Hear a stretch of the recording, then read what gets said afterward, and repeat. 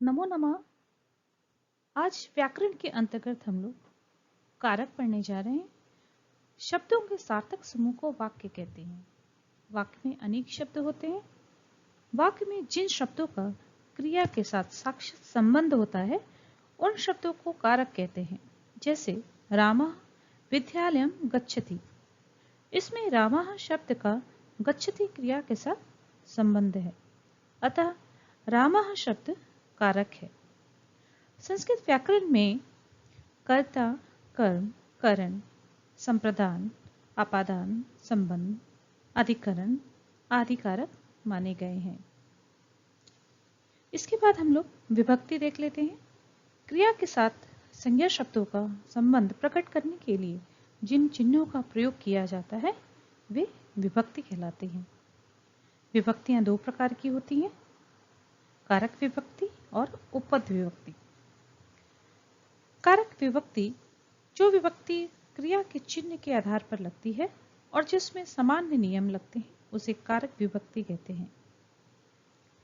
उपपद विभक्ति जब वाक्य में किसी शब्द के कारण क्रिया चिन्हों के अनुसार विभक्ति न लगकर कोई विशेष विभक्ति का प्रयोग होता है तो उसे उपपद विभक्ति कहते हैं। संस्कृत में कारक चिन्हों के आधार पर ही विभक्ति रूप बनते हैं। तो ये था कुछ संक्षिप्त परिचय। आइए अब विस्तार से हम लोग कारक के बारे में पढ़ते हैं। कारक परिचय अर्थात विभक्ति। मूल रूप से सभी पद शब्द होते, परंतु जैसे ही उसमें प्रत्यय जुड़ जाते हैं तो वे पद बन जाते हैं। जैसे बाल मूल शब्द है, परंतु जैसे ही इसमें प्रथमा विभक्ति का प्रत्यय जुड़ा वह बालः बन गया और वो पद बन गया। विभक्तियां 7 होती हैं पर कारक 8 होते हैं। कारकों का प्रयोग हम चिन्हों को देखकर करते हैं।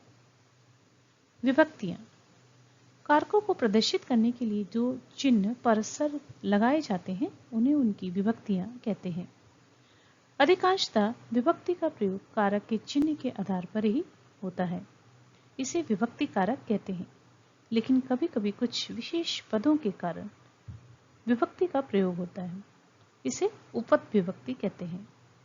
जैसे नमः के साथ चतुर्थी विभक्ति का प्रयोग होता है और उसका वाक्य बनता है कृष्णाय नमः। कारकों के साथ अब विभक्ति का प्रयोग देखते हैं और साथ ही उसके चिन्ह का भी ज्ञान करते हैं। कर्ता कारक जिसमें प्रथमा विभक्ति का प्रयोग किया जाता है और इसका चिन्ह होता है ने अर्थात क्रिया करने वाला।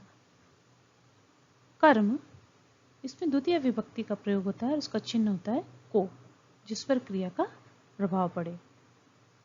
करण इसमें तृतीय विभक्ति का प्रयोग होता है और उसका चिन्ह होता है से के द्वारा, जिस साधन के द्वारा क्रिया की जाए। संप्रदान विभक्ति चतुर्थी इसमें लगती है, इसका चिन्ह होता है को के लिए, जिसके लिए क्रिया की जाए। अपादान इसमें विभक्ति पंचमी का प्रयोग किया जाता है, इसका चिन्ह होता है से। अब करण में भी से का प्रयोग होता है और अपादान में भी से का प्रयोग, लेकिन अपादान में अलग होने के अर्थ में से का प्रयोग किया जाता है, जहां से अलग होने का भाव हो। संबंध षष्ठी विभक्ति का प्रयोग होता है, उसका चिन्ह होता है काके की अथवा रारेरी, जिस व्यक्ति वस्तु या स्थान से संबंध बताया जाए। अधिकरण इसमें सप्तमी विभक्ति का प्रयोग होता है और चिन्ह में और पर होता है, जिस स्थान पर क्रिया हो। संबोधन में ये कारक के अंतर्गत नहीं आता है, लेकिन हम इसमें प्रयोग करते हैं संस्कृत में और इसका चिन्ह होता है हे, अरे, रे, भो। पुकारने के अर्थ में इसका प्रयोग किया जाता है।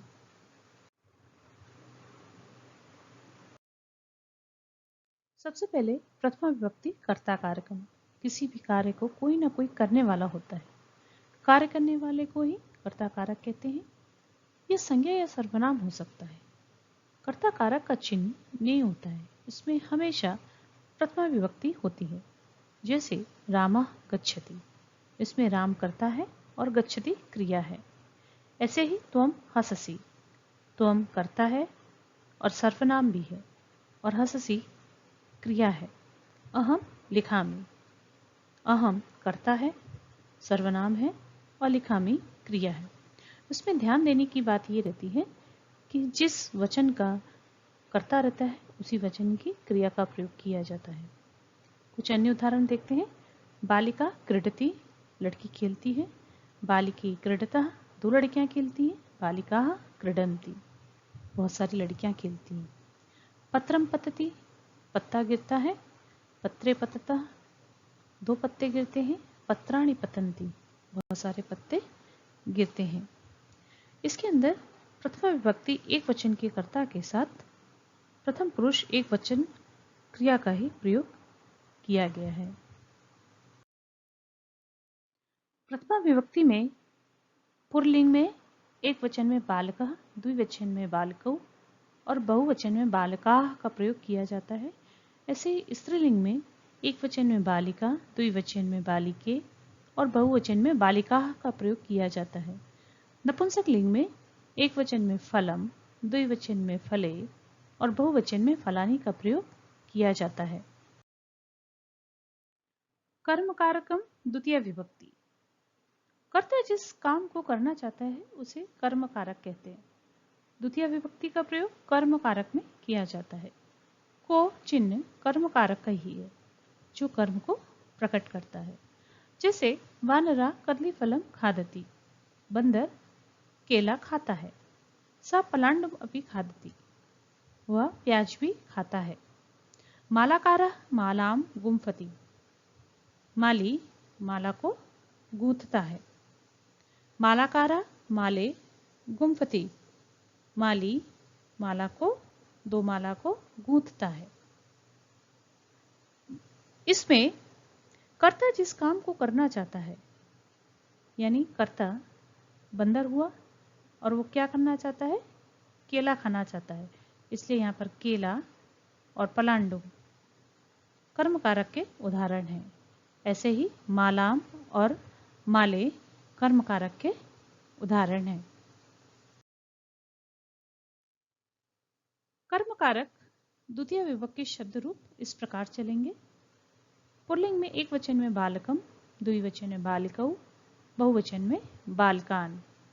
स्त्रीलिंग में एक वचन में बालिकाम, द्विवचन में बालिके, बहुवचन में बालिकाः। नपुंसक लिंग एक वचन में फलम, द्विवचन में फले और बहुवचन में फलाने का प्रयोग किया जाता है। करण कारकम तृतीय विभक्ति, जिसकी सहायता से कार्य पूरा होता है वह करण कारक कहलाता है। यह क्रिया करने के प्रमुख साधन को करण कारक कहते हैं। जैसे सैनिकाः खड्गेन रक्षन्ति, सैनिक तलवार से रक्षा करते हैं। नीता मुखेन खादति, नीता मुख से खाती है। इन दोनों वाक्यों में तलवार और मुख के द्वारा ही कार्य हुआ है, इसलिए ये करण कारक हैं। कुछ विशेष बातें ध्यान देने योग्य होती है। अंग विकार के लिए तृतीय विभक्ति प्रयुक्त की जाती है। उपद विभक्ति अलम, समम, सह आदि अवयव के योग में तृतीय विभक्ति का प्रयोग किया जाता है। करण कारक में तृतीय विभक्ति में शब्द रूप इस प्रकार चलते हैं। पुल्लिंग एक वचन में बालकेन, द्विवचन में बालकाभ्याम, बहुवचन में बालकई। स्त्रीलिंग एक वचन में बालिकया, द्विवचन में बालिकाभ्याम, बहुवचन में बालिकाभि। नपुंसकलिंग एक वचन में फलेन, द्विवचन में फलाभ्याम और बहुवचन में फलई का प्रयोग किया जाता है। संप्रदान कारकम चतुर्थी विभक्ति, जिसके लिए क्रिया की जाती है उसे संप्रदान कारक कहते हैं। संप्रदान कारक में चतुर्थी विभक्ति का प्रयोग किया जाता है। संप्रदान कारक का चिन्ह को के लिए होता है। जैसे बालकाः क्रीडनाय क्रीड़ा क्षेत्रम गच्छन्ति, बालक खेलने के लिए खेल के मैदान में जाते हैं। यहाँ के लिए चिन्ह का प्रयोग है, इसलिए चतुर्थी विभक्ति का प्रयोग किया गया है क्रीडनाय। जलम किमर्थम भवति, जल किस लिए होता है। जलम जीवनाय भवति, जल जीवन के लिए होता है। चिकित्सका केभ्य औषधम यच्छति, चिकित्सक किसके लिए औषधि यानी दवा देता है। चिकित्सका रुग्णेभ्य औषधम यच्छति, चिकित्सक रोगियों के लिए औषधि देता है। दोनों वाक्यों में जीवनाय और रुग्णेभ्य में चतुर्थी विभक्ति है जो के लिए का बोध करा रही है, अतः यहाँ पर संप्रदान कारक है। कुछ ध्यान देने योग्य बातें। किमर्थम अव्यय का प्रयोग किस लिए और क्यों के अर्थ में किया जाता है। क्रोध, दा, रुच आदि के योग में चतुर्थी विभक्ति का प्रयोग किया जाता है। संप्रदान कारकम चतुर्थी विभक्ति में के शब्द रूप के लिए पुल्लिंग में एक वचन में बालकाय, द्विवचन में बालकाभ्याम, बहुवचन में बालिकेभ्य, स्त्रीलिंग में बालिकाय, बालिकाभ्याम, बालिकाभ्य, नपुंसकलिंग में फलाय, फलाभ्याम, फलेभ्य। अपादान कारक पंचमी विभक्ति, जिसमें किसी व्यक्ति या वस्तु के अलग होने का भाव हो, उस शब्द को अपादान कारक कहते हैं। अपादान कारक में पंचमी विभक्ति आती है। अपादान कारक का चिन्ह से अलग होना है। जैसे वृक्षात फलानि पतन्ति, वृक्ष से फल गिरते हैं। वृक्ष से फल अलग हो रहे हैं, इसलिए यहाँ पर वृक्ष में पंचमी विभक्ति का प्रयोग किया गया है। कुछ अन्य उदाहरण देखते हैं। वृक्षेभ्य पत्राणि पतन्ति, वृक्षों से पत्ते गिरते हैं। बीजात अंकुरः प्रभवति, बीज से अंकुर उत्पन्न होता है।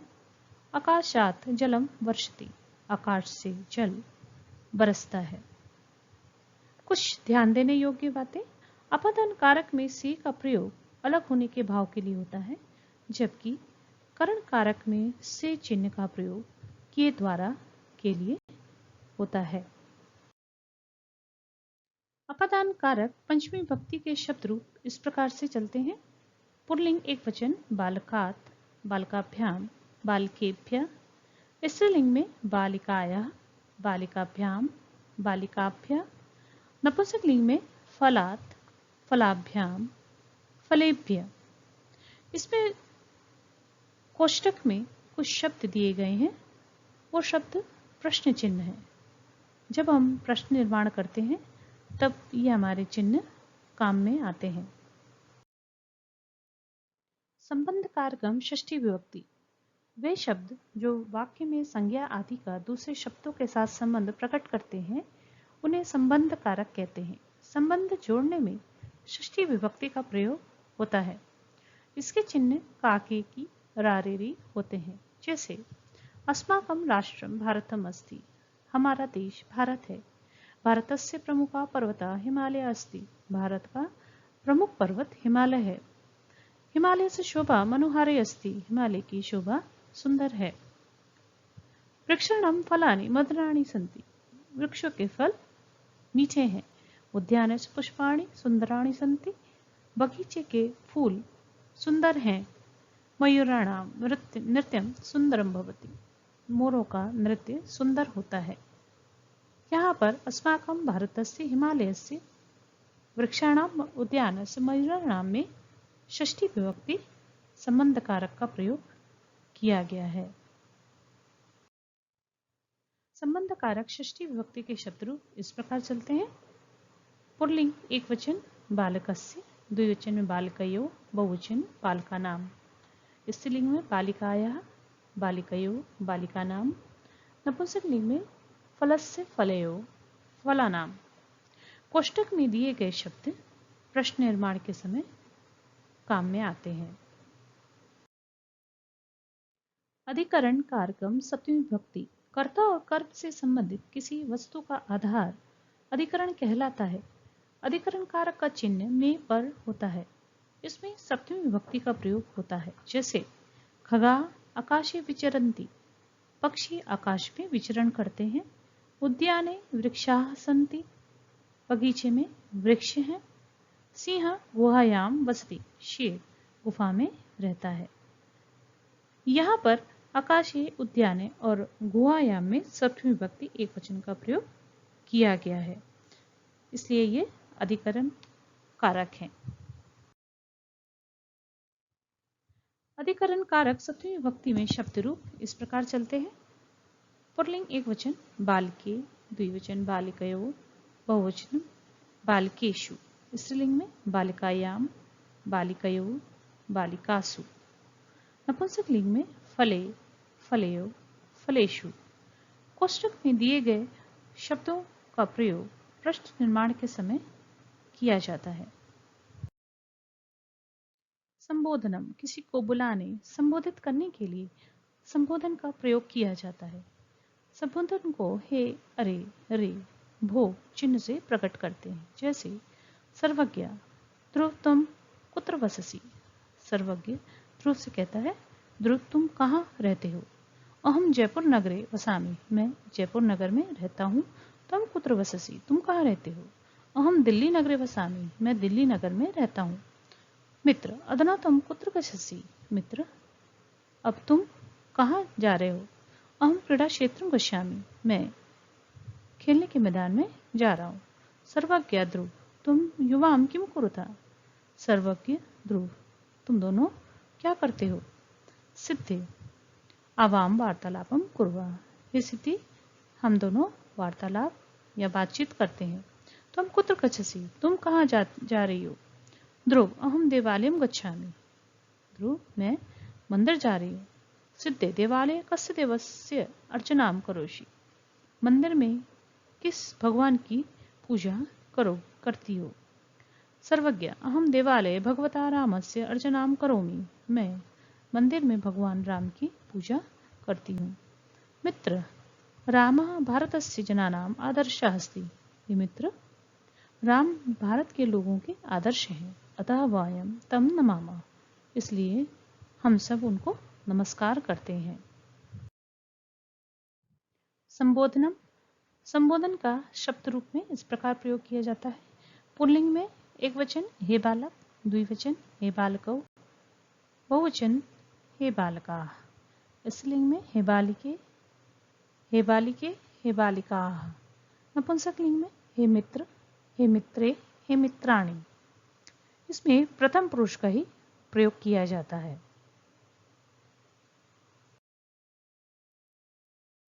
पद विभक्ति, जहां पर विभक्ति का प्रयोग कारक के चिन्हों के अनुसार न होकर किसी विशेष पद के अनुसार होता है, उसे उपपद विभक्ति कहते हैं। उपपद विभक्ति का प्रयोग द्वितीय विभक्ति से सप्तमी विभक्ति तक होता है। उदाहरण देखते हैं। बालकः बालकै सह क्रीडति, यहाँ सह के कारण बालक शब्द में तृतीया विभक्ति का प्रयोग किया गया है।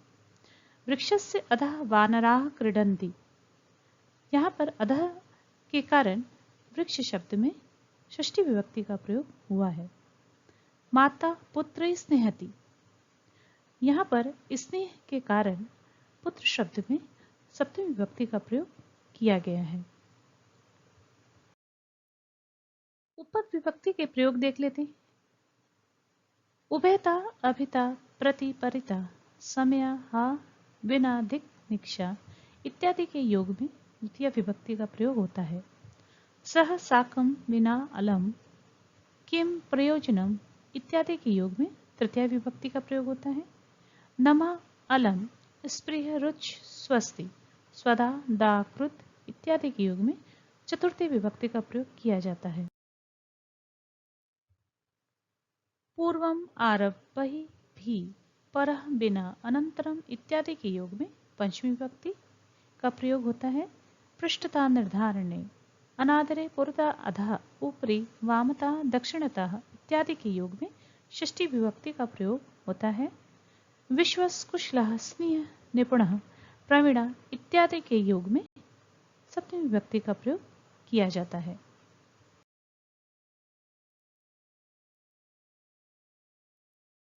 आज हमने कारक, कारक के प्रकार, विभक्ति और उपविभक्ति के बारे में पढ़ा। आशा है आपको वीडियो समझ में आया होगा। ऐसे ही और वीडियो को देखने के लिए चैनल को सब्सक्राइब करें, लाइक करें, शेयर करें।